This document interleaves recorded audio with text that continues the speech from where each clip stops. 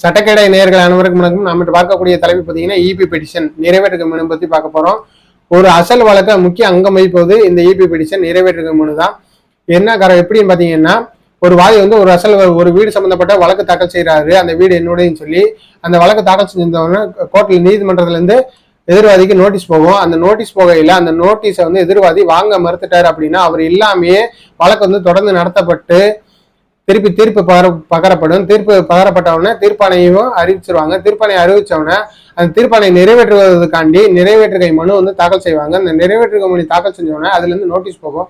அந்த நோட்டீஸை வாங்கிட்டாவது எதிர்வாதி வந்து உள்ள வந்து ஒரு இடைக்கால மனு தாக்கல் செஞ்சு இந்த காரணத்துல என்னோட வழக்குல வந்து நான் வந்து வர முடியல, நடத்த முடியல, அதனால என்னோட காலதாமதத்தை மன்னிச்சு இந்த வழக்கை வந்து தொடர்ந்து நடத்த வந்து அனுமதிங்க அப்படின்னு சொல்லி ஒரு பெட்டிஷன் போட்டு வழக்கை வந்து தொடர்ந்து நடத்தலாம்.